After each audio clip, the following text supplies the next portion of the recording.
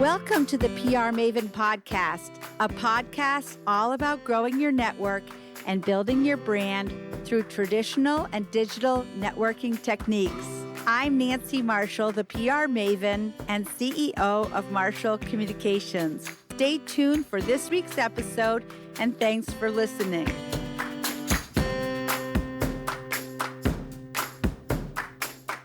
Welcome, PR Maven Nation, to this week's episode, number 185, one of our mini episodes, a quick and informative look at how to get everyone singing from the same song sheet. The podcast is presented by Marshall Communications, creator of the 65-step Marshall Plan process. For more information, visit marshallpr.com. And on the website under PR Maven, you will also find information about my two books, PR Works and Grow Your Audience, Grow Your Brand. This week, I will be sharing my Forbes Agency Council article, Time to Get Everyone Singing from the Same Song Sheet with a Message Map. So let's dive right in. In today's world, brands are constantly competing to spread their respective messages to millions of global consumers.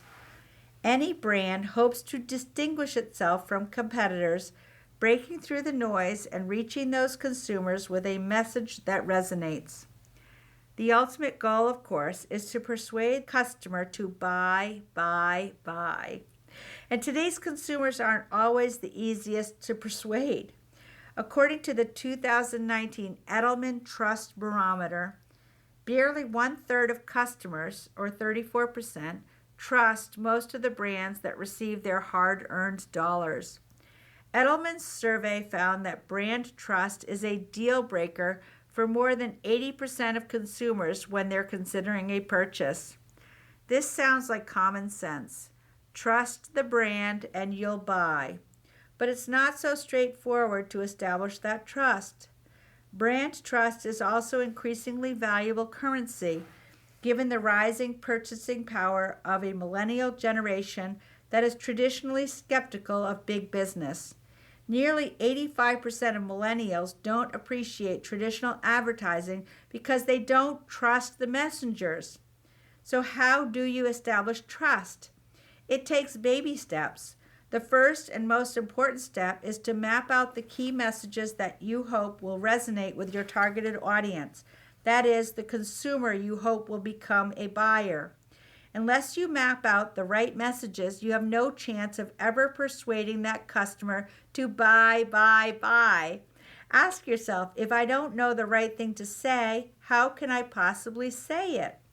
In fact, a message map is the foundation of all public relations. The way PR experts see it, the message map includes a key message at its center that is 21 words in length, surrounded by the ancillary messages that naturally flow from it. Why 21 words? Because it takes 7 seconds to say 21 words out loud. If you are familiar with broadcast news, you know that reporters and editors love 7-second sound bites, short and sweet. Think about it. No famous line would ever be famous if it spanned 3 paragraphs or took 30 minutes to say. President Ronald Reagan's famous "Tear Down This Wall" speech, delivered in 1987, was so memorable because the iconic phrase, "Mr. Gorbachev, tear down this wall," came out to 6 words in total. 2 more examples come to mind. President Kennedy's inaugural address with the "Ask not what your country can do for you" line, and Martin Luther King Jr.'s "I have a dream" speech. Those catchphrases became famous because they were short and sweet. Any longer and listeners will gradually lose interest. This also applies to message mapping in public relations. The key message at the center of the map is used for much more than just a cable news interview. Companies can use that message for website copy, email newsletters, Super Bowl advertisements, and much more. Basically, you use it anywhere and everywhere you are talking about the brand. I like to say that it's like a song sheet allowing everyone to sing in harmony. You know the saying, let's all sing from the same song sheet. A message map allows you to do just that. As you structure your key message, which goes at the center of your map, it's important to think about your targeted audience. Who are you trying to serve? Which customers are you hoping to acquire? Only by orienting your message to your most important audience will you be able to find and reach peak resonance. One way to structure the key message is to use an XYZ statement. Fill in the blanks. We do X for Y so they can Z. If you're a candy maker, you may create sweets, which is your X, for teenagers, your Y, so that they can feel happy, which is Z. The XYZ approach forces you to think about your key deliverables and differentiators, not to mention the consumers who will ultimately buy whatever you're selling.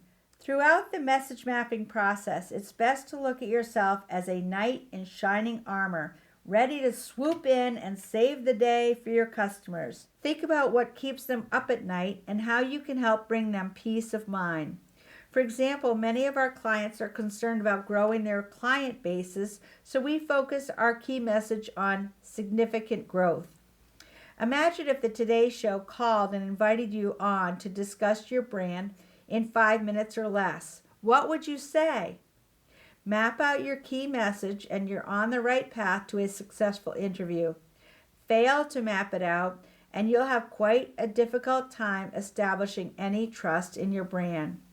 The message map will make you into a knight in shining armor. For more insight, get access to my latest book, Grow Your Audience, Grow Your Brand, by visiting prmaven.com/giveaway and download a free copy today. Here is my friend Mike Duguay to share how PR Works and Grow Your Audience, Grow Your Brand have helped him. After reading PR Works, I really started to think about how marketing actually works. And I know that sounds a little bit ridiculous, but what I realized is that each platform nowadays that we use out there in digital media and social media has its own nuance and also quirks to it. And understanding how they're used is exceedingly important. Because when you have a hammer in your hand, everything looks like a nail. And you can't approach it that way in marketing. And that's where I think Nancy's brilliance really shined in PR Works. I think Grow Your Audience, Grow Your Brand is really sort of the manifesto of understanding that there's many different levels to marketing. It's on your personal side of your brand, how actually you express yourself through business, but also what people hear you saying and what they see out there in the public eye as well. So I think what's really important there, that's really the blueprint of how you go about using these new social media platforms, but also to express who you are as a human being. Because people want to see you authentically and genuinely working with not only what you do, but also with the customers. And Nancy, on a personal level, I think that's who she is. She embodies that approach.